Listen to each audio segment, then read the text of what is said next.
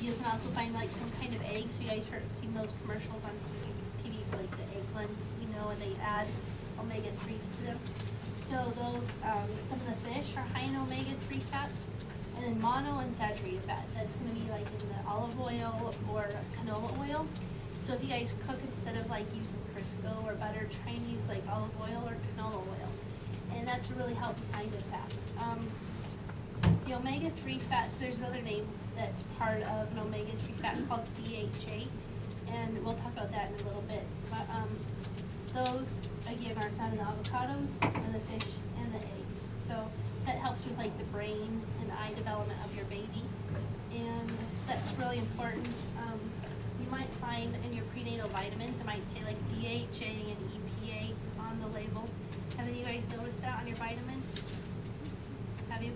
And your vitamins, do they come with two separate containers? Do you remember? No, because some of them I've seen have two separate ones. One's like a vitamin itself, and on the other container that has the omega-3 fats, it kind of looks like oil, like a gel cap or something. And then that has the omega-3 fats in that other separate cap. So if your vitamins are separate like that, be sure to take both of them, because sometimes like we've heard people say they didn't know, you know, which each one was. So that's why they have the omega-3 fats in a separate pill, then they do the vitamins. Here's an example just to show you, like during your pregnancy, this is what helps to benefit your own health. So just to summarize, like for your bones, vitamin D and calcium, which they're both in milk. Vitamin D helps your body absorb calcium. And then for your skin, you get vitamin A and C, like we talked about the fruits and vegetables, and copper and iron, that helps with your skin. So you guys know from like being pregnant that your stomach stretches. Also, the other parts of your body get larger, like we talked about earlier. So your body is producing extra tissue to build that skin, and so that's why these things are important in fruits and vegetables. For your immune system, vitamins A, C, and E, and selenium, again, like we talked about in the fruits and veggies. And then your heart, the B vitamins and folic acid, like in the greens fruit. This is for your baby's health. The DHA, also known as like the omega-3 fats, that helps with his brain development, and the folic acid helps with the spinal cord, and that's again from the greens group. Vitamin D and calcium helps with his bones and teeth to grow, and then for his eyes, the DHA or omega-3 fats. So that's just a good representation to show you how each thing that you eat really helps you and your baby. Fluids. During your pregnancy, we recommend at least getting 8 cups of fluid a day. So good choices, of course, are always water. It's really important, especially like during this winter time when it's been really dry. You might notice if you have like drier skin, you know, or drier lips, you really need to drink more water. We recommend for like some of these sports drinks, or like if you've seen like the energy drinks like Red Bull, you know, some of those are really high in caffeine. So we recommend not to have more than like a cup of coffee a day, but some of those drinks are much higher in caffeine than coffee, so if you can, really try to avoid those, or some of the other things that are real high in caffeine like Mountain Dew. Other things that have caffeine in them but are in much smaller amounts, like chocolate and stuff like that, so you don't have to worry too much about that in tea. Also for soda, some of them, if you can get like a caffeine-free soda, and that will be a better choice for you. Juice, you can also get juice as a way of getting more fluids. We recommend no more probably than about 1 cup of juice a day. It's better to have like the whole fruits you can instead of the juice. And alcohol, avoid alcohol again. For dehydration, symptoms might be like the dry or cracked lips. You might feel thirsty. That's one of the first symptoms of dehydration. If you're more tired, it might mean you need more to drink. And then also some people say they don't have as much of an appetite, and that can be also a sign that you're not getting enough fluids. If your urine is a dark color, that means you need to be drinking more water. And then again, the dry skin. So it's really important to try and get as much fluid as you can, because remember at like page 3 in your booklet, it shows there's an increase of fluids during your pregnancy. So your baby needs the water, and so do you. Now we're going to talk about food safety.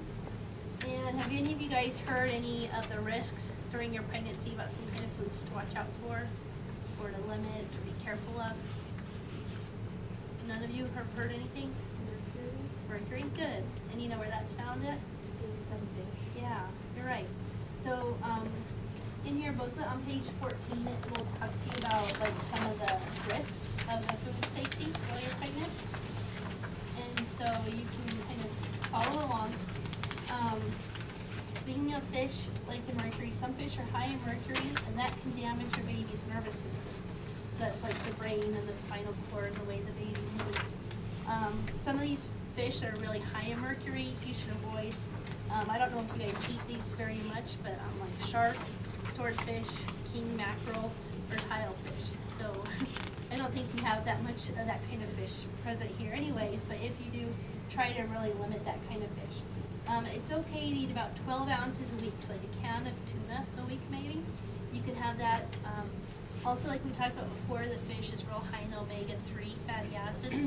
So some research has found that it's the benefits of the omega-3s outweigh the risks of the mercury, because the mercury in some of those fish are much smaller amounts than they had thought, and you get more benefits from the omega-3s, especially like from the salmon. So that's really good if you want to, you can buy like the salmon in the packages or something. That's an easier way to fix. Speaking of other risks, like soft cheeses and deli meats, there's a risk really high with those called listeria. It's a kind of bacteria, and that can cause listeriosis. And what that is it gives you, like, makes you kind of feel like you have the flu. Those are some of the beginning symptoms. And then what that can cause is like a miscarriage for your baby. It can cause a stillbirth, and it can either cause more serious health problems for you and your baby. So if you guys want, like after the class, there's a handout in the back there about listeriosis and tells you more about that and what you gotta be careful of and watch out for. In the deli meats, if you want to eat like a deli sandwich, if you can just heat up, like if you have ham or turkey or bologna or like hot dogs, put it in the microwave and you can heat it until it's steaming hot, and then you can eat it. If you want to have like a cold deli sandwich, you can, after you heat up the meat, you can put it back in the fridge for like up to 2 hours, and then you can eat it. But if it's in there longer than that, you need to reheat it back up to steaming, because that bacteria has a chance to regrow. And so some of the soft cheeses that you'll need to avoid are also there in your booklet. So like feta cheese, brie, Camembert, blue veined, Mexican style cheese like queso blanco or queso fresco. So those also can carry that bacteria of listeria. So you need to really not be careful not to have those cheeses while you're pregnant. Do you guys have any questions about food safety? It helps to plan ahead and make a budget. So if you guys are able to plan like before you go to the grocery store, how much food you're going to buy or which menus you're going to make for the week, that really helps. Also, it helps for planning ahead of time if you're going to be out of the house, like if you're going to be going to school or work or out running errands, bring a snack with you, because you always want to be having something with you, like a water bottle or some kind of a snack, so that you're not going hungry or having to spend more money like going out to eat somewhere. So some of the things that you can bring like as a snack that's okay to bring, doesn't need refrigerated, would be like saltine crackers with peanut butter on them, sandwiches like that, or like peanut butter jelly sandwich, granola bar. So you can do that and plan ahead. That way you can have a snack with you when you should need it.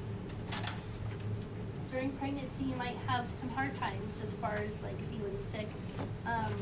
If any of you guys have had morning sickness, does anybody have any suggestions about any ways that it maybe helped them or something? Or have any of you guys been having any problems with morning sickness?